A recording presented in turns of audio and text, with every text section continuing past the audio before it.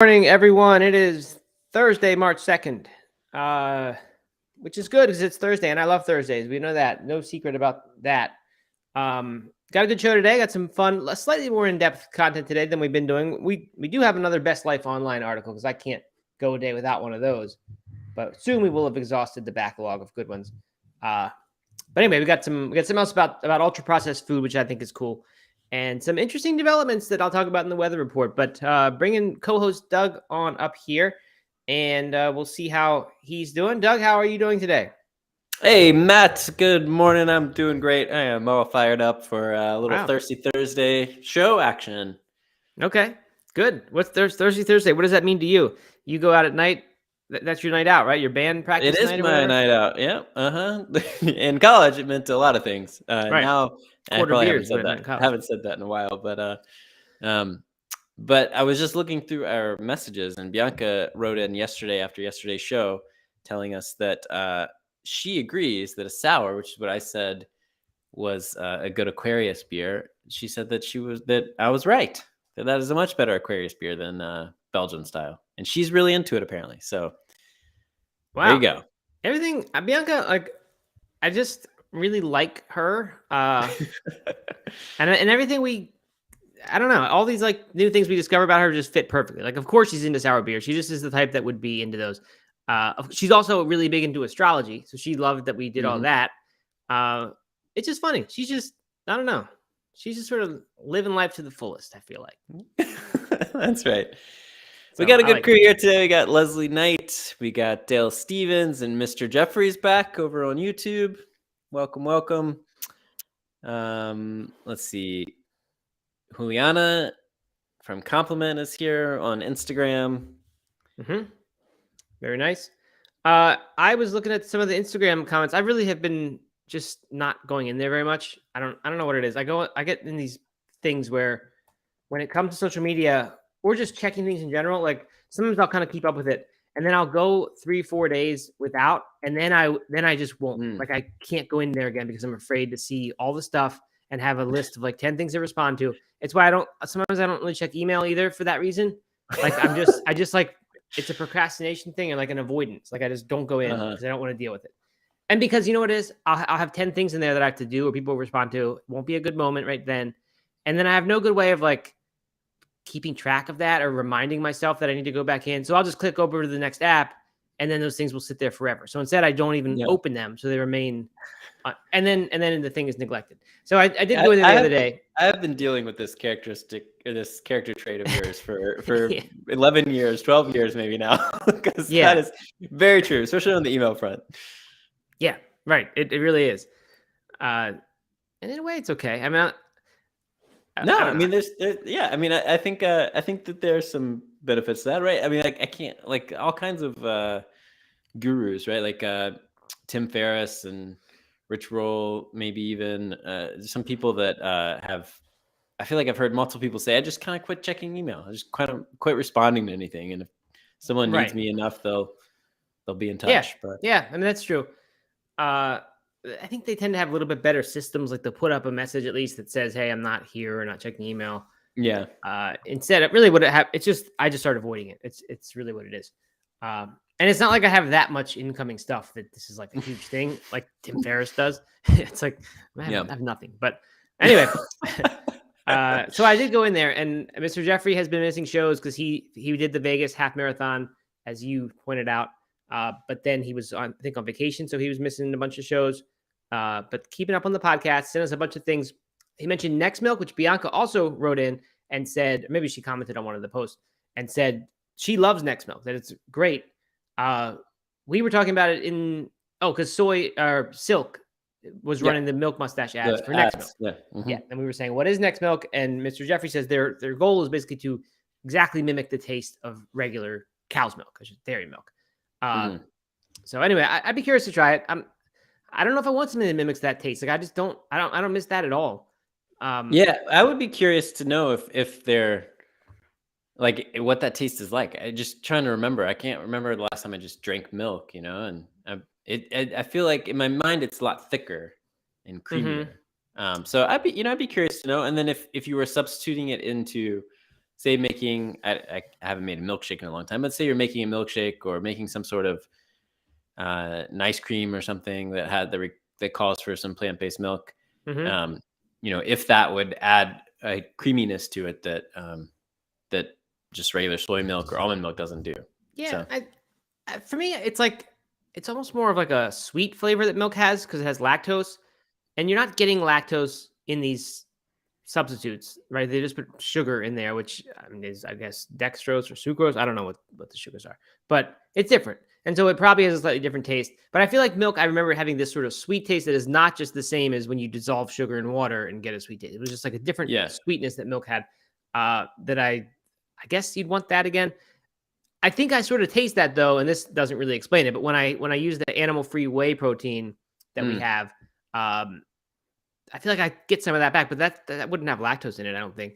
So I don't really know. Or maybe it does, because maybe it's not. That's why it's not suitable for people who are lactose intolerant. I don't know. But I kind of remember that flavor. And like the Brave Robot ice cream, which is the same thing, where they're doing the precision fermentation to get the exact clone of whey protein. It just has this different like sweetness to it. I don't know. So that's. Yeah, that could be good. I could like, because I've really never found a plant milk that I'm like, I really like. They're all okay substitutes. It's just, I don't know. I never. I wonder if nutritionally, if they're trying to mimic it as well, if they're adding in fat and stuff. I don't know. I'd be curious. But I'm gonna look for it, and I want to try it. Yeah. Okay. Good. Well, get it and let us know. Let us know what you think. Don't accidentally buy Oatly though. I'm on an Oatly boycott because of the advertising they've been doing. I just can't stand it. You just had enough of the Oatly. Yeah. I got a little funny update. Okay. Yesterday I shared I don't know if you call it a tip, but just shared a little thought about app usage and kind of limiting your social media usage, and how to do that on an iPhone easily. And it turns out TikTok yesterday announced that for anyone under 18, they're adding kind of limitations and restrictions to 60 minutes on the app, which I thought was just really interesting. It turns out when you dig a little deeper, that if you're over 13, all you have to do is enter a passcode that you set yourself, and you can override it. If you're under 13, there's a passcode your parents have to enter. But I would imagine that a lot of kids just get the passcode from their parents and then override it themselves. So it sounds like, actually, it sounds exactly like what the iPhone is doing. It's automatically, you have to enable it. It defaults to it. I think you can turn it off if you're over 13. You cannot turn it off if you're under 13. But even if you're over 13, between 13 and 18, after 100 minutes, it automatically, so it gives you an extra 40 minutes if you turn it off or something. But I don't know. There's certain things that it's doing. And it is actually exactly what I was describing and kind of praising that the iPhone could do, because you can override the same way on, just the way that I had it set up. But I don't know. I just thought that was super interesting that an app would kind of regulate itself and trying to figure out why. I mean, obviously it's a, why they're doing that? They're doing that the same exact reason Patagonia runs an ad saying, don't buy this jacket. And then everyone goes and buys the jacket. And it's like, well, why did you run an ad if you really wanted us to not buy the jacket? Couldn't you just not run an ad at all, not talk about it? And then no one would know about it. And back on the Patagonia rant. Yeah, it's the exact thing. It's a company doing something that's supposed to look good, when in fact the whole purpose of the company is the opposite reason for being. So TikTok is designed to make you addicted. They put this thing up. It'll help, give them another year before they get banned entirely by the government. It's Patagonia all over again, and every other outdoor company too. Well, see, I don't think so. Because Patagonia is doing it to help with brand awareness or like reputation, probably, and also to talk up how durable they are and whatever. TikTok, I mean, there's all this science about how addictive it is and how detrimental it is to development and kids' health and all this stuff. So like they're doing it probably to save face a little bit in a way that Patagonia isn't. You know what I mean? No. Well, I mean, I guess, yeah, because it's not like Patagonia was being criticized for their jackets being environmentally problematic. They were just one of many companies that were contributing to consumerism. Yeah, right. I mean, so Yeah, I don't know, but it's still a company doing something that just flies in the face of everything they exist for, right? Their whole purpose Right. of Oh existence yeah, is to make totally. people Yeah. addicted. Uh-huh. So they do something that on the surface looks like, oh, look, they care, but it's like if you really cared, just stop making your thing addictive. Yeah, right. No, that's very true. Yeah. I mean, it'd be like a bag of corn chips having a limit of how many chips I could eat. Right. It Which, would defeat the entire I mean, purpose. why would you make such a delicious treat? Right. This is like a If best of episode where we're bringing in references to all the things that we've yeah, talked exactly. about in the past, and Uh-huh. very loosely making sense.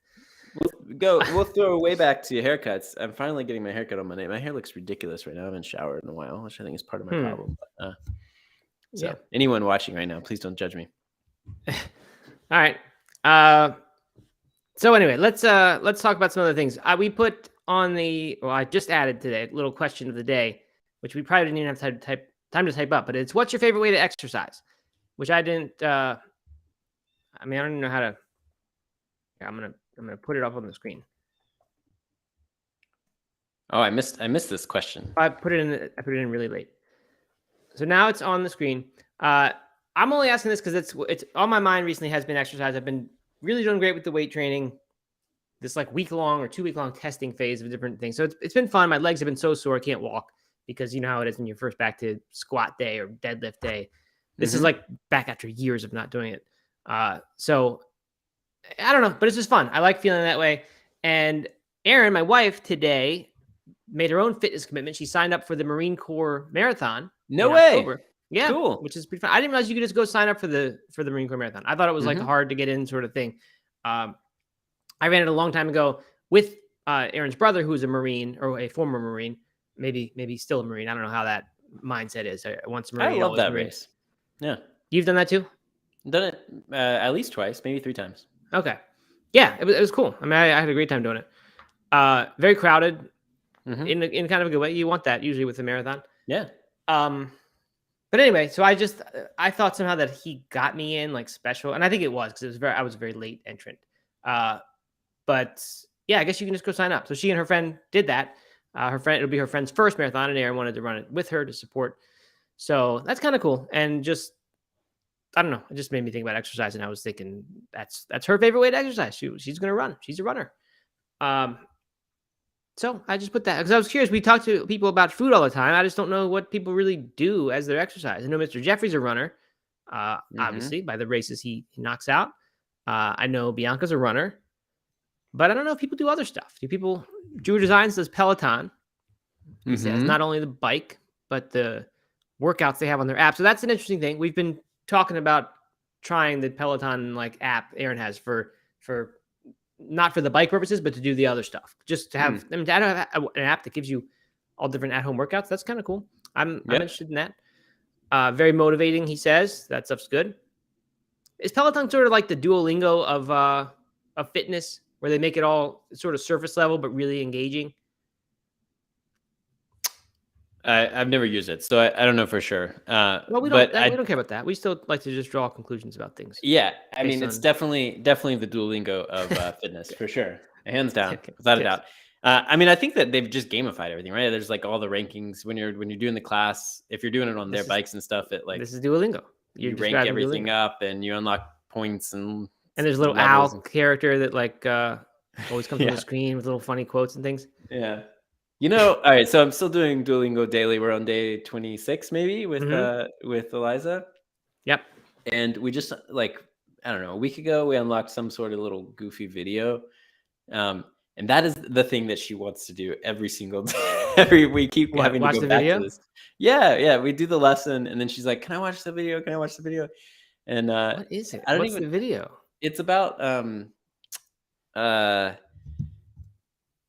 like Itas, like Mamacita.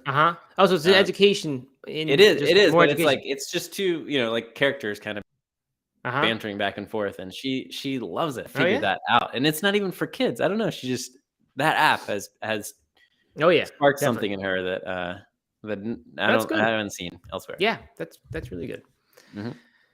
Cool. All right, more here. Aisha. Balanced strength training, absolutely proven for quality of life. Strong bones created by demand of holding up muscle mass. I like that. Aisha is balanced. Aisha's all her opinions are balanced and well thought out. and I'm not surprised at all. Strong bones is important.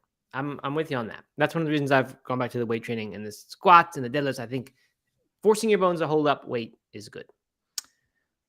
Kate says, loving kettlebells while I recover from plantar fasciitis. I still also am a kettlebell lover. My plan is to do those on the off days of this barbell thing I'm doing. Get the swings and the get-ups still happening. Neil L says, rowing machine.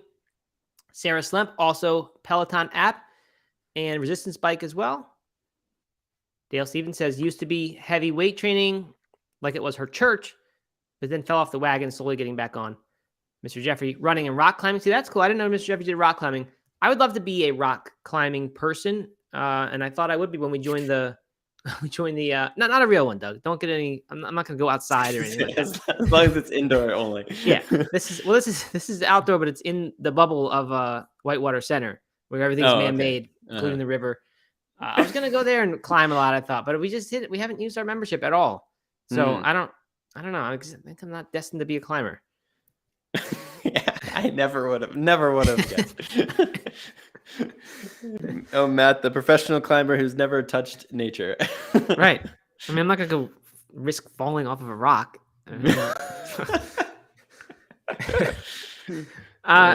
So anyway, this is good. I like to hear this about people, and I'm glad people are into fitness. It's not many people saying I don't do anything, although I guess they wouldn't necessarily chime in if they didn't.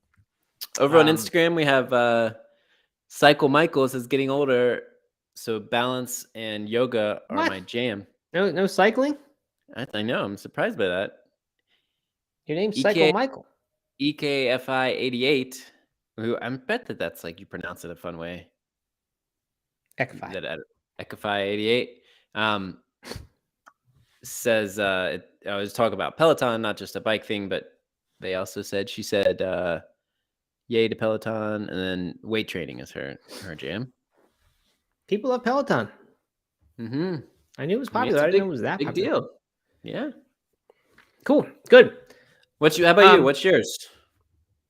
What's your answer here? I mean, it's just whatever is interesting me at the moment. Right now, it's weight training, barbell training, because I haven't done that in like probably 5 years. So I like that. I'm really motivated recently about the getting strong. All my fitness before used to be about like trying to put on muscle and just like be big. I really like the idea of getting stronger, even if it doesn't make you put on muscle. I just feel like that is a great thing, and it will have the side effect of looking good. But I don't know. I just kind of getting into the understanding of fitness and strength and things. Mm-hmm. How about you? Running, right?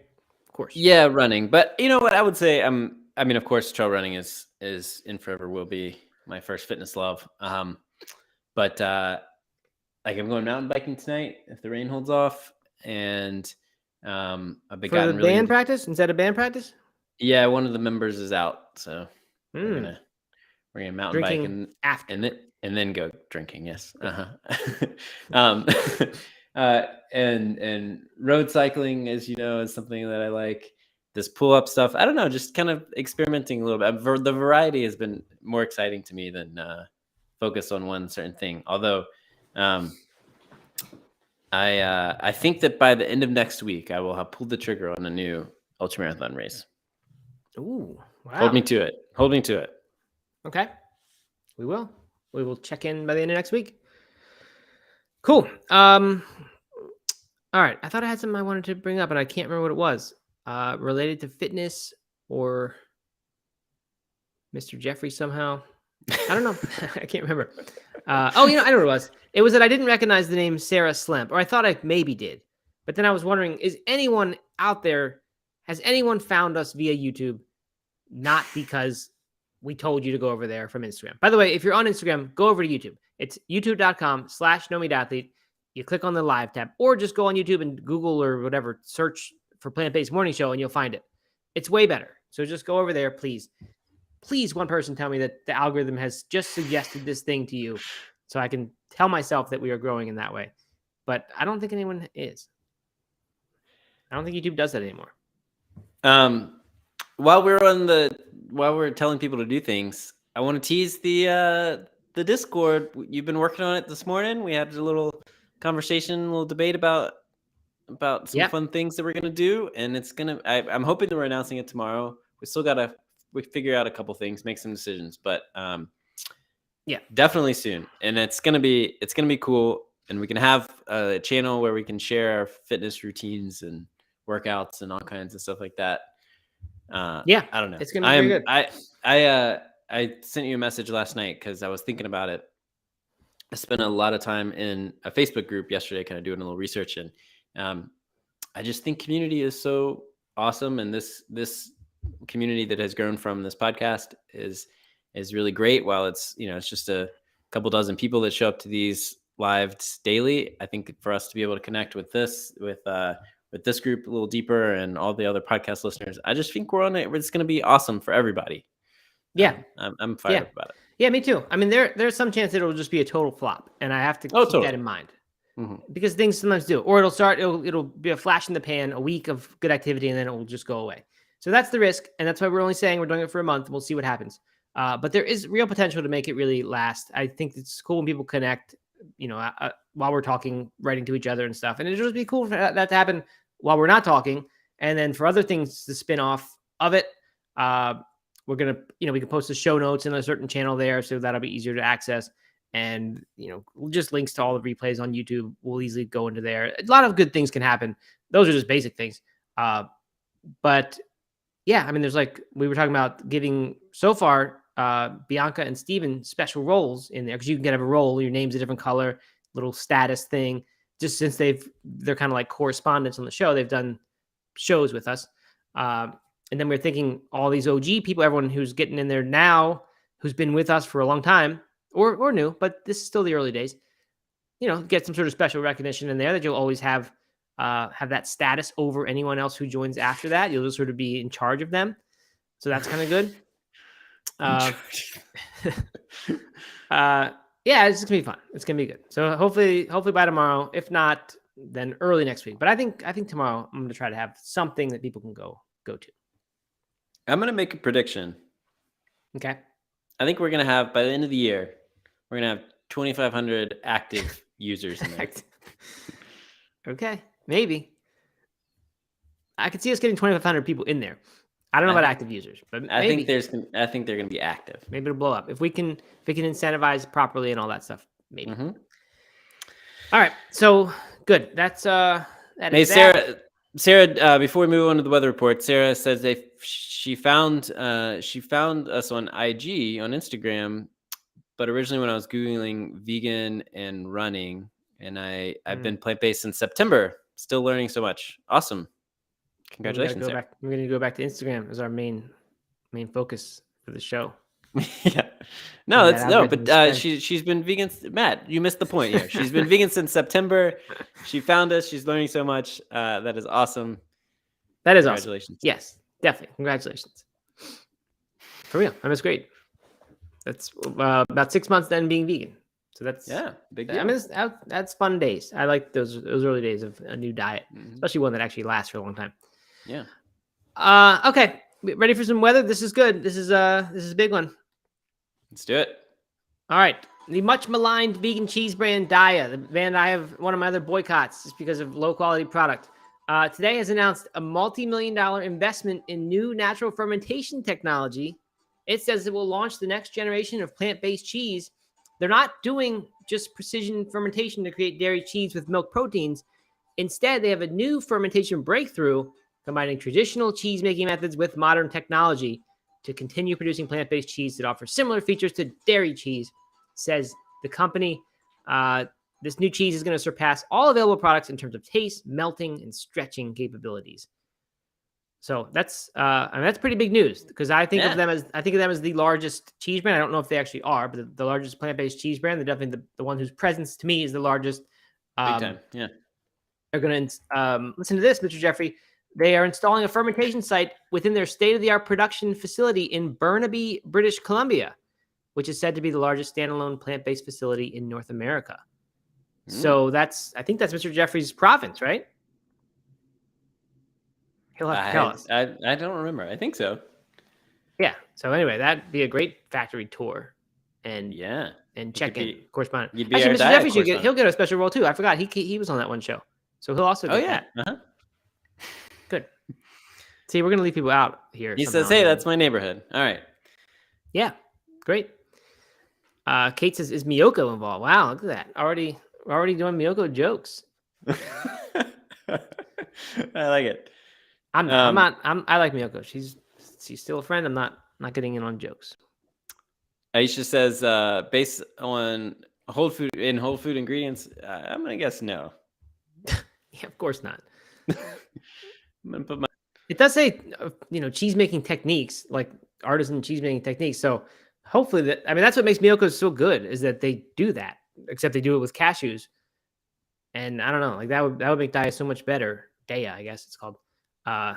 Then I'd be willing to try. But if it's just more starch and coconut oil, or tapioca starch and coconut oil, I'm just not interested. I just don't want that. It's ultra processed food. It is. We'll get to in a minute. In a little bit. That's the big thing of the day. All right, let's keep going here. Meat-free charcuterie brand Renegade Foods has announced the launch of industry-first shelf-stable salami that can be stored, shipped, and merchandised without refrigeration. They've already done the. I guess these things are shelf-stable. I think they are. They're not salami, but they are the sausages, right? They have the chorizo one, the couple others. I don't know. It was like a little. Harry and David's was offering them a 3-pack, kind of expensive. Yeah. Bianca said they were good. Anyway, this is like a lunch meat. This is just like it's a shelf-stable lunch meat. Doesn't need refrigeration.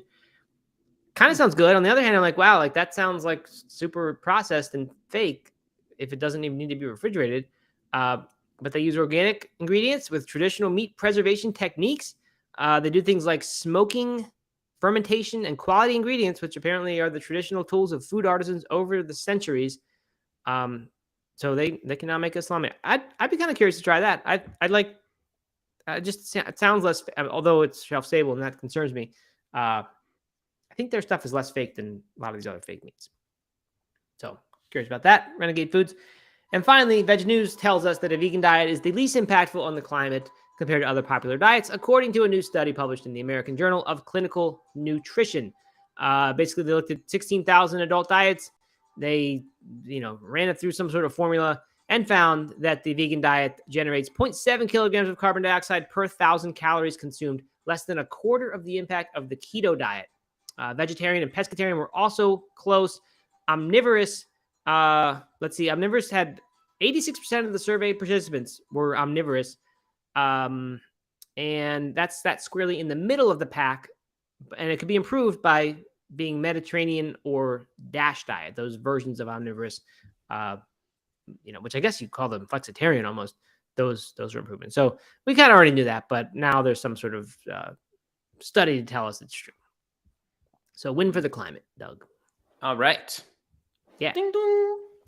I have that. I have a couple sounds for that. Mario coin and old Schwinn. There you go. Yeah. All right. So that's the weather report. Back to you, Doug. What about this omnivore diet? I said that. Oh, you did? I'm not supposed to be a separate bullet. That's a separate paragraph. Okay. In that thing. All right. Back to the studio. All right. Yeah, back to the studio. So anything else? No further health tips or anything today from you, right, Doug? Yeah, no health tip today. Mm-mm. All right. So we've got one that I mentioned. I mentioned ultra processed foods, and I mentioned yesterday that we were going to talk about an article that was a little bit more in depth than the than I don't know what to call these Best Life Online articles we've been doing, but this is from Wired though, and it's called "Fat, Sugar, Salt. You've been thinking about food all wrong." And it's a long article. It's worth checking out, reading if you've got 5 minutes. It's like we keep talking about the term ultra processed foods. That is just like started to become a buzzword almost, more than and it means the same as processed food, I think. But people a lot of times will apply it to plant-based fake meats and I guess some other ones. It just comes up all the time now, and it's like I don't know what it means. But there is some definition in this article. Yeah. Right. And I don't know, hopefully you have that at hand, but I know this whole thing is about this guy, Carlos Monteiro, who's a nutritionist, noticed Brazilian people putting on weight, but they're buying less oil, sugar, and salt than they had in the past. So the question is, what's going on? the answer he suspects is processed food. And basically he's sort of saying we shouldn't be paying attention to nutrients anymore. Like that's sort of an outdated way of thinking. And I've heard this talk before, this idea about protein, carbohydrate, fat. That made sense in the early 1900s when malnutrition was a serious issue. And we had to make sure we were getting enough of each of these things when it was possible that just because of, different world back then, that you might just eat a diet, all one food, one cheap food, and you would just be ignoring a lot of stuff. So they're saying this is kind of an outdated thing to even be thinking about nutrients. And instead, we should just be focusing on how real a food is, how processed it is. And I guess you assume that now in modern society, you can just eat real food and just knock the glass over. It was very expressive with my hands there. You're really getting into this. Yeah, I guess so. Nutrition month. You're just, Anyway, so he did this thing. It's called NOVA, which I don't know what NOVA stands for. Here we go. No, they don't tell us. It's just called NOVA. Well, he's from Brazil, so it might be in Portuguese. Portuguese, yeah. Probably means new, would be my guess. Or it doesn't go. Do you know this is when they launched the Chevy Nova in some sort of Spanish speaking countries? Yeah. They didn't have a person on the ground there to tell them that Nova means it doesn't go. Yeah, so they called it the Nova and it bombed. Anyway, back to this. So they did a study. And this is interesting. They split the people into two groups. I don't have the details all. It's just hold on. Before we get into the study, let's talk about the different categories. There's 4 categories in the Nova. I don't have that in front of me. So all right. Least worrisome are the minimally processed foods such as fruits, vegetables, and unprocessed meats. So of course, this is not a vegan thing at all. But and then so after the minimally processed, then comes processed culinary ingredients such as oils, butter, and sugar. After that, processed foods, thinned vegetables. I don't know what that means. Oh, tinned vegetables. What's that mean? I think like canned. Yeah, I guess so. Tinned vegetables. I don't know what I was thinking. I was thinking more like tin prepared things, like I don't know, like spam, but that's not a vegetable. No. Smoked meats, freshly baked bread, and simple cheese. Substances that can be used carefully as part of a healthy diet. And then comes the ultra processed foods, and ultra processed foods, are chips and chicken nuggets and vegan meats, tater tots. I think it says also later diet cheese, things using like extrusion processes and like things that are like, not you don't do at home for the most part. Mm-hmm. These are things that like just take technology to make by and large. So interesting that like the sugar, I think it was sugar, oil, and something else. Those are like level 2, right? Those are just the minimally processed, even though they're thought of as the horrible foods in this nutrient paradigm. Those are, they're not that bad. I mean, they're not that low on the scale. In this thing. All right. Yeah, I mean, tinned vegetables are less considered less processed than processed culinary ingredients. I guess because you eat more of them. I don't know. Anyway. I don't think so, because I don't think they're trying to make that judgment yet about quantity. I'm not sure, but anyway, You get the point. It's just it's unprocessed to processed, and so that's the classification system. He said let's think about food only in those terms, and then study diets based on how much you're eating of each category and see where things go. And that's what they did the study to try out. They had only 20 volunteers, so it's not that many. Clinical Research Hospital in Bethesda, where they would for 2 weeks eat only ultra processed foods or whole foods. And within those categories, so the ultra processed people, they ate tater tots. Oh, you should have gotten in that group. I know. Turkey sausage, spam, and an ungodly amount of diet lemonade. So that's, I don't know why they picked that, but I guess they probably picked that because it was low in sugar, and they were trying to make sure that the nutrients in these groups were very similar, the actual levels of things, including fiber. So the whole food diet was mostly made up of fruit, vegetables, and unprocessed meat. So that for both diets, they gave double the recommended portion size so that everyone could have as much as they wanted. And they made sure that the two diets were nutritionally matched. So each contained roughly the same amount of protein, fat, carbohydrates, fiber, and so on. And so that's the interesting thing right away for me is I would immediately assume that the processed diet would have 0 fiber in it, and the unprocessed food would have way more, right? If it's fruit and vegetables, Right. I mean, that's going to have more. But they made sure that the processed group had plenty of fiber so that it would match it. So that there was not a nutritional difference in terms of those macronutrients anyway. I'm not sure if they went deeper with that and tried to match the micronutrients as well. Probably not. That would get really hard. And what they found, not surprisingly here, on the ultra-processed diet, people ate 500 extra calories per day and put on about 2 pounds. So this is, again, not a difference in nutrient quality or nutrient composition. It's just what form the final food is in. And those people who are on the ultra-processed ate 500 more per day, which is a lot, right? If you're talking about a 2,000 calorie diet, that's 20%, 20 more than that. 20% would be 400, so 25% more per day. That's a huge difference. Now maybe everyone was eating more calories than that, so it's not quite that big of a difference, but still big. And what he said is this implied that there was something other than the salt, sugar, and fat content that was causing them to eat the extra calories and gain this weight. And then they started theorizing about what it might be. Some people said, well, the ultra-processed foods have higher caloric density. We've talked about that before, where they don't take as much room in your stomach, so it's easier to eat more of them just because things have been broken down and they're just smaller.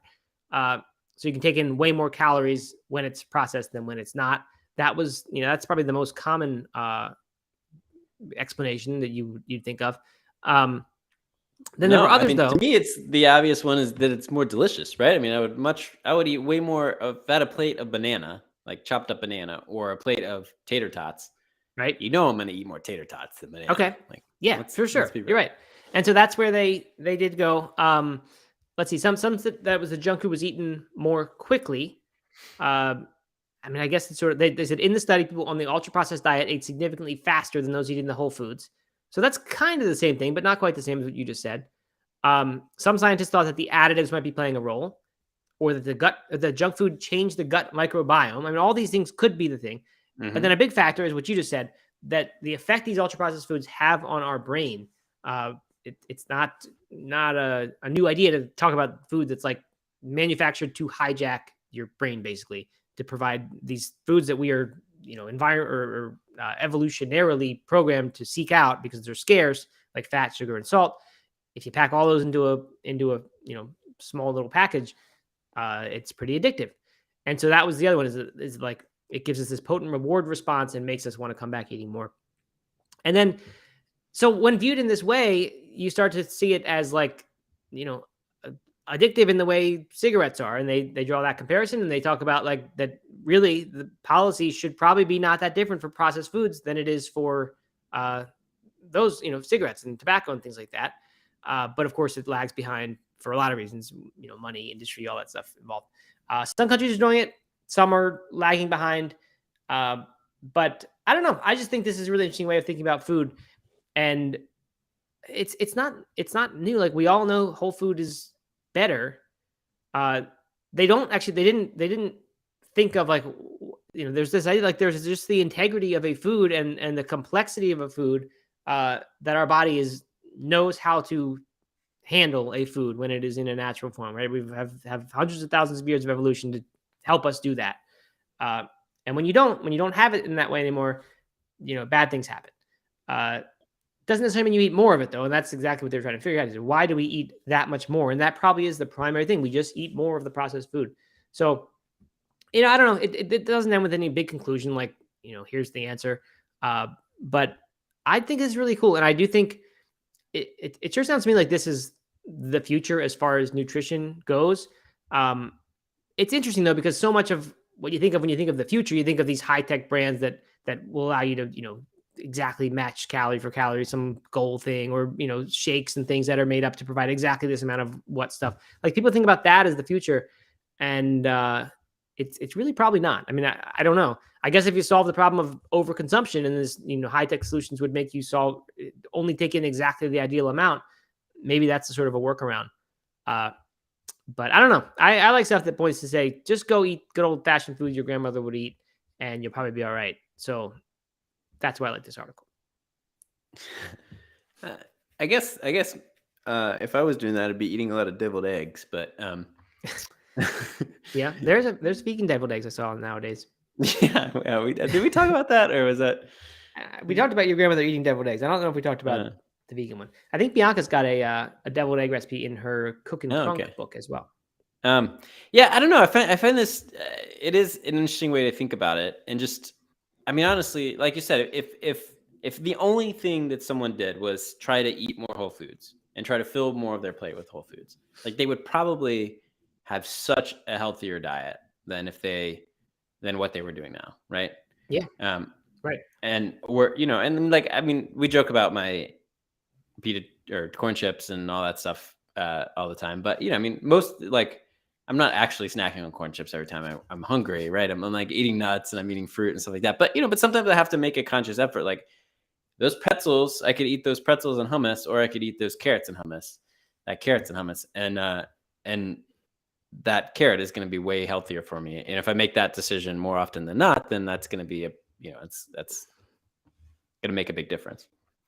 But one kind of paragraph towards the end that I thought was interesting. Like you said, they didn't really come to a conclusion, but I appreciated this.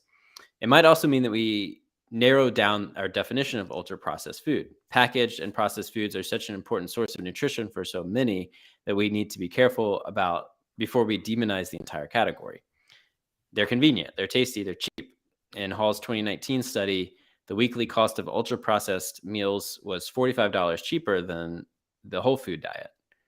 You can design policies to eliminate those foods if you design policies that try to eliminate those foods without at the same time providing cheap, inexpensive, easy, and convenient alternatives, you're going to have a lot of people who are going to experience negative consequences. And what I think, like, the reason why I like that is because I think part of the reason why we're drawn towards ultra processed foods is because they're addicting, because they're delicious. But I think the other part of it is just convenience and like and how cheap they are, and until we can kind of redefine or rework our food systems and our incentives for growers and our incentives for financial incentives for businesses, then we're just going to get more ultra processed and not less, right? Yeah, I mean, certainly that there's a huge systemic food problem, right? That makes the bad food more expensive. I wonder if this is that big a factor. Like, if the problem is when we eat processed foods, we consume 20% more calories, 25% more calories. Mm-hmm. That's what they narrowed down the problem to. Then, in theory, we need 25% less of those foods in order to meet.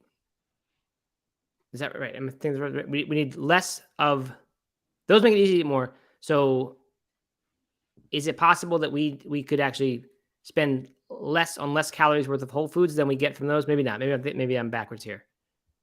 Yeah, well, I mean, I think that this study is like the ultra processed meals were $45 cheaper than the whole food diet. Like, assuming that you ate the same amount, or like right. See, those meals packed in 20% more calories. That was kind of my point, because that's what they observed earlier, was that people who eating those ate 25% more calories. Right. So let's say we make those people, find a way for those people to still eat the processed food, if that's the cheap thing, but spend 20% less, 25% less, so that you only get the same amount of calories as in the whole food meals, right? That's a massive part. I mean, I don't know how much cheaper these things are, but if you knock 25% off the grocery bill, that's a pretty huge chunk. Yeah. So I don't know, but all that does is make the processed food cheaper. So I don't think that solves the problem. That doesn't make the whole foods cheaper. So anyway, right. I don't know if that's the answer, but I don't know. It's funny. Like, and I'm not going to say here that like I'm someone who they're talking about when they talk about problems affording healthy food. But I will say, like, when we buy junk food, like, and we like, I really do pay attention to grocery budget. Like, I hate the grocery bill at the end of the month, looking at how much we spend on food, and I'm very sensitive to the cost of foods. When we think about processed foods, I don't usually think like, hey, let's get that because it's cheap. That's not a factor almost ever in the decision to purchase foods. Because you're probably not in the same position. Not in the same position at all, right? It's not like this is the only food I can afford, so that's what I'm getting. But like I said, I really am cost sensitive when it comes to groceries. Like, I hate to spend much money on stuff, and I feel like the processed food we buy is expensive. It's like the plant-based meats are so expensive. Yeah, that's true. Uh-huh. But like junky cereals, junky crackers, chips, things like that is pretty cheap for per calorie, especially. So like, yeah, but so is beans and grains when you buy them dried. Yeah, but they're not nearly as convenient, right? I mean, like if you're right. So it's the convenience more convenience slash and expense. I mean, I don't that it's know, both like, cheap and convenient. Okay, that's fine. Yeah. Yeah, that makes sense. So yes, agreed. Problem. I mean, that's and you're not going to change that by changing people's habits very easily. Right? I mean, you might be able to increase the demand for whole food and then help drive the cost down. But yeah, I don't know. I mean, I don't know how you solve that. I mean, they mentioned the taxes and thing and make that stuff more expensive. Right. I guess, it's one way of doing it, but that doesn't really help someone afford more whole foods. Yeah. I mean, honestly, it makes logical sense why Whole Foods are more expensive, right? I mean, to pick a banana, ship it while it's still fresh or green, I guess, and then ripen it. And then, it's only ripe for a week and then it goes bad. Like there's just so much more involved in getting a banana on my plate than there is, getting. Are you sure about that though? Don't they have to prepare all this stuff and break down the ingredients and have a factory? That's true. Yeah, but you can do that on such like a large scale. I mean, I guess my point is that you can make those crackers and they'll sit on the shelf for 6 months and it's not a big deal. Whereas like getting a banana to a little bodega or, whatever, like I just feel like that's a bigger thing. But you're right. I don't know if I've really thought through that theory. Right. Yeah, I don't know. So, but we both agree. I mean, that's a huge, huge hurdle as far as like, getting the masses to eat. Hopefully, we're not going to do it just by understanding and convincing everyone that whole food is the way to do it, because the costing is just a massive barrier in the way. And I mean, if there could be subsidies and things like that, could help that, right? If you tax the processed food and use that money to subsidize the whole foods, it could happen. Take some work, but could. Anyway, so that's that. Somewhat thought provoking. I mean, we've gone long enough, so I don't think we should get into the dangers of sitting. We can talk about that tomorrow. That'd be a good Friday light episode, and how to get around that. But let's see what people have had to say. We haven't really looked too much at that. Aisha says, how many carrots could you eat versus a carrot chip? I don't know. You eat less veg because it is more filling. So the money does balance out. What's a carrot chip though? Like a dry carrot chip, like a bag of chips that's made out of carrots, veggie and chip, fried. Yeah, probably fried. Yeah. Dale Stevens, these pretzels are making me thirsty. Seinfeld reference, right? I think so. Drink more water, eat more processed food, drink more water. We all know how water is good for long-term health. Yes, we do. We've come across that many times. Mr. Jeffrey says, I don't have food rules around processed food, which allows me to enjoy it when I want it, but not constantly crave them or feel guilty, which I think that's exactly right. That's kind of my philosophy. I don't have rules at all. I think that rules can make you want to break them, right? Make you feel negative about the whole food, right? It also can be really useful, like when you're just getting going with something. I don't know. I had rules. The first time I got into fitness in college, I had a very strict diet that I followed, and it was helpful. It was the first time I'd ever eaten like that, and it basically taught me how to start eating, and now I can relax those rules. But sure, I don't know. That makes sense. Aisha points out you can get frozen vegetables for $1 at the grocery store, and that's a good point. I mean, most of us bypass that, right? Because we don't. It just tastes better to get the fresh ones and spend the time to prepare them. But frozen vegetables, like that's not a high convenience cost either of making that. I think the problem is people's taste. So this is making me rethink what we just concluded, that there's a massive systemic issue. Like, what if the problem is you just can't have the convenience? You have to actually, open a can of beans and eat beans, and you have to microwave your vegetables, or worst case, boil them in hot water and get them unfrozen. And then you have some whole grains that you've also boiled and like eat that for your meal. That's not expensive at all. And I mean, that's pretty easy cooking. It just doesn't taste any good. It's just like not what people want. Right. So maybe that's the issue. Maybe instead the issue is we have sort of gotten accustomed to food should taste like ultra processed food does, and just light us up, make, just eating this incredible experience instead of just this thing that you do for nourishment.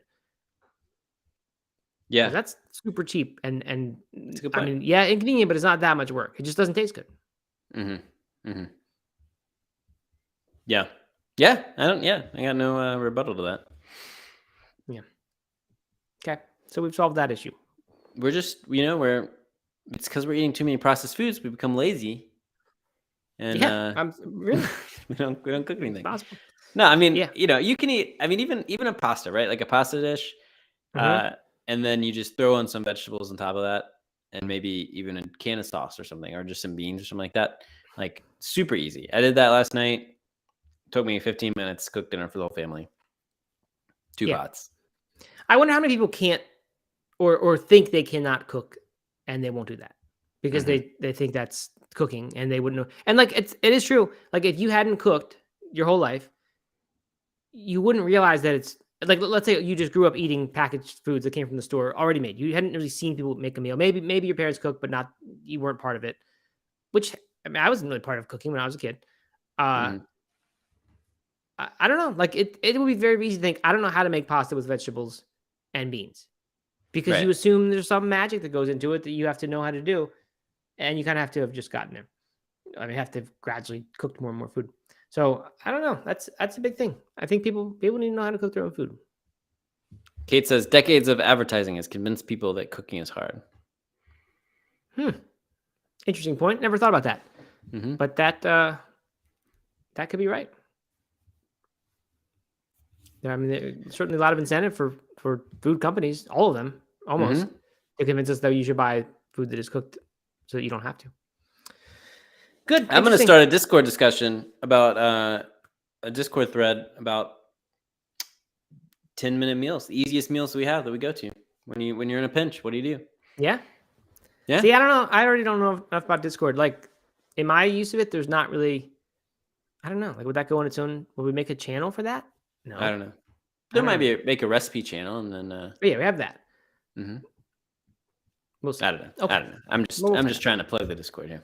Yeah. Good. All right. Let's see. That's probably it. I think that's it. Mr. Jeffrey said he does drive past that Daya factory all the time. Maybe he could tell us if it's Daya or Daya, since the locals would probably know. Although Canadian accent, it's gonna change it. All right. Well, I think that's good enough. Oh, and then Darley 2001 says meat is poisonous to the human body. It is not for human consumption. Spread the word, my mates.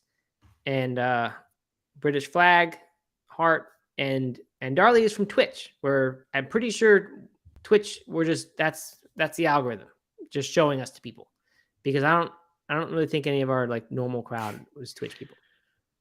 So there we got one. There we go. Got one. All right. All right. Well, thanks everyone for coming. Tomorrow, a little bit lighter show again. We'll be back to the Best Life Online and other Friday content. So should be good. Anything else, Doug? I don't know. I don't think so. I liked it. Okay. Well, enjoy your Thirsty Thursday, everyone.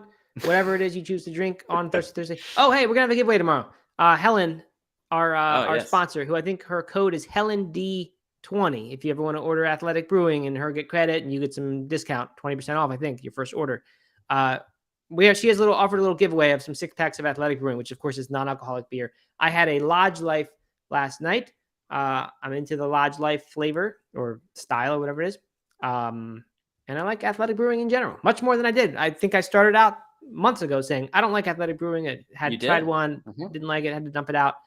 But that was just one kind. And I found many more since then that I really like.